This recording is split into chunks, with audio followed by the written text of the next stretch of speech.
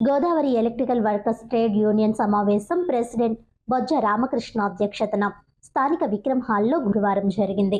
ఈ సమావేశంలో ఇటీవల Bhimadolu vice president Moyida Venkataramana road యాక్సిడెంట్లో చనిపోయిన సందర్భంగా Godavari electrical work trade union తరపున 2 నిమిషాలు మౌనం పాటిస్తూ తీవ్ర సంతాపాన్ని వారి కుటుంబానికి తెలియజేశారు.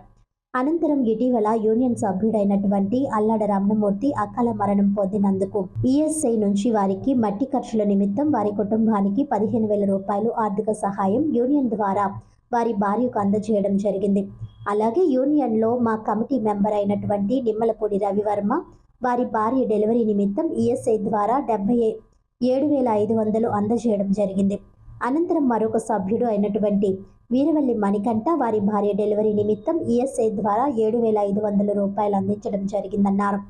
అనంతరం మా సభ్యుడైన ఎడవల్లి బాపిరాజు లాలా చెరువు రోడ్డు ప్రమాదంలో భుజం దగ్గర బోను విరిగిందని తెలుసుకున్న వెంటనే వారి ఇంటికి వెళ్లి వారిని పరామర్శించి తద్వారా వారికి 1 నెలకు సరిపడా కిరాణా సరుకులు వారి యొక్క కుటుంబ పరిస్థితులను పరిశీలించిన పెద్ద సభ్యులలో పెట్టి వారికి 4,000 రూపాయలు అందించడం జరిగిందన్నారు.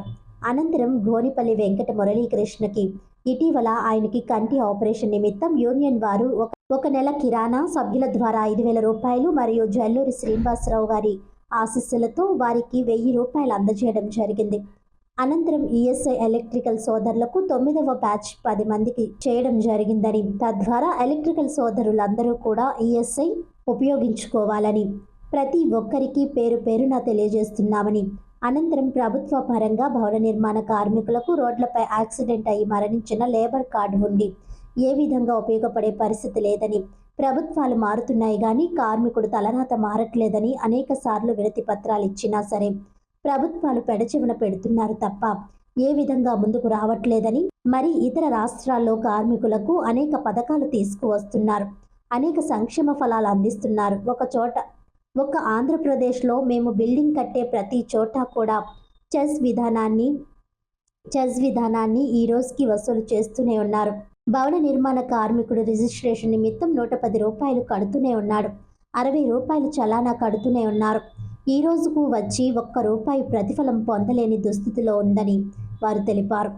ఈ కార్యక్రమంలో గౌరవ అధ్యక్షులు MVGV Prasad, president Bojja Ramakrishna, vice president Veeravalli Gangacharyulu, secretary Aasupu Srinivas, కోశాధికారి Saravakota Lakshmanarao, Sudarshan Shanmukham, standing committee chairman Amudalapalli Kameswararao, union organiser Seemala Veerabhadrarao తదితరులు పాల్గొన్నారు.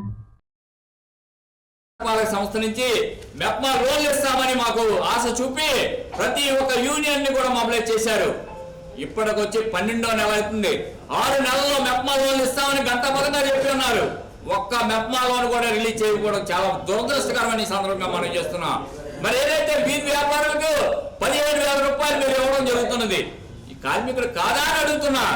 వీధి వ్యాపారస్తులు అయితే వారి డబ్బున్న వాళ్ళకే మేలు చేస్తారా, కార్మికులు అన్న వారికి మేలు చెయ్యరా అని సందర్భంగా మనం చేస్తున్నా. ఒకసారి ఆలోచన చెయ్యండి. దయచేసి కార్మికులు కష్టాలను కన్నీళ్లను పారద్రోలండి అని సందర్భంగా మనం చేసుకుంటాం.